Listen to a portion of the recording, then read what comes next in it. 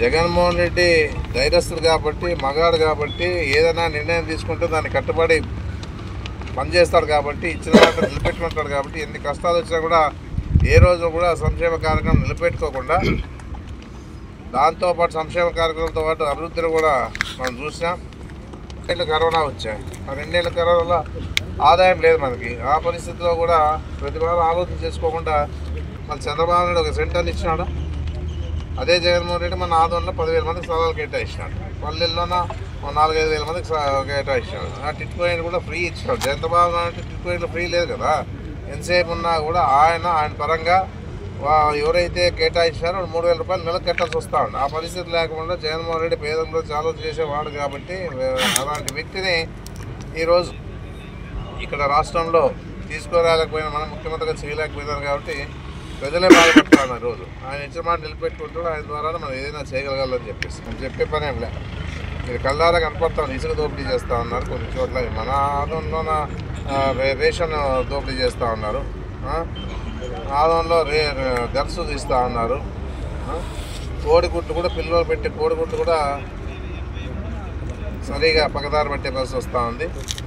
ఈ రకంగా ఎన్ని చెప్పినా రిజిస్టర్ ఆఫీస్లో పోతే పనులు రిజిస్టర్ ఆఫీస్లో పనులు కావడం లేదు. ఎన్ఐ చేసేదానికి ఇబ్బంది. రియల్ ఎస్టేట్ వాళ్ళతో ఇబ్బంది పడుతూ ఉన్నారు. అన్ని రకాలుగా వసూళ్ళు మామూలుగా అయిపోయింది. ఇది ఎప్పుడు ఇంత అరాచకం ఎప్పుడు ఉండలే. ఈ పరిస్థితిలో ఇప్పుడే ఉంది ఇదంతా కూడా. ఇది కూడా ఇప్పుడు ఎవరైతే కూటమి అభ్యర్థి ఉన్నాడో వాళ్ళ గురించే నేను చెప్తా ఉన్నాను ఎక్కువ.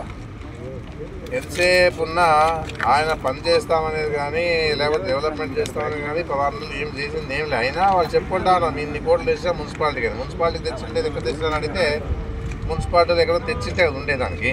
అదే ఏదో కోటి రూపాయలు వస్తే అది కూడా సక్రమంగా పనిచేయక దాని మీద ఎంక్వైరీ పెట్టిస్తూ ఉన్నారు. విజిలెన్స్ వాళ్ళకి ఎంక్వైరీ పెట్టేసి దాని ద్వారా కూడా ఏమైనా కూడా తీస్తూ ఉన్నాం. ఆర్టీఐ యాక్ట్ పెట్టితే సరైన సమాధానం ఇవ్వలేదు. ఏదో వాళ్ళకి అనుకూలంగా ఉండదు తీసుకున్నారు. అందుకే ఇప్పుడు ఏం చేస్తా ఉన్నారంటే ఆర్టీఐ యాక్ట్ మీద ఫలానా అడిగితే ఫలానా ఇవ్వలేదు, మాకు ఇవి కావాలని చెప్పేసి అడగాలి. ఆ రకంగా ఉండాలి కానీ వేరే ఇచ్చి చేస్తూ ఉన్నారు. ఇలాంటివన్నీ కూడా జరగకోకుండా ఇవన్నీ కూడా ఉద్యమాలు చేస్తూనే ఉంటాం. ఎందుకున్నా మా పోరాటాలు ఆగే పరిస్థితి లేదు.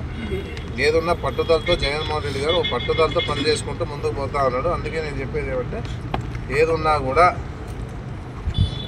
మన మెడికల్ కాలనీని ప్రైవేట్ పరం కాకుండా చూసుకునే బాధ్యత మనందరి మీద ఉందని చెప్పేసి తెలియజేసుకుంటూ, ప్రతి వారు ఉద్యమించాలని చెప్పేసి తెలియజేసుకుంటూ, పార్టీలు ఖచ్చితంగా రావాలని చెప్పేసి తెలుసుకుంటూ మన వరకు మన కోసమే, బడుగు బలహీన వర్గాల కోసమే ఇది ఏర్పాటు చేశారు కాబట్టి, పేద విద్యార్థుల కోసం ఏర్పాటు చేశారు కాబట్టి మెడికల్ కాలేజీ ఖచ్చితంగా మనము కాపాడుకునే బాధ్యత అందరిది ఉందని చెప్పేసి, ఈ 5 నియోజకవర్గాలు ఉందని చెప్పేసి నేను కోరుకుంటూ సెలవు తీసుకుంటాను. నమస్కారం.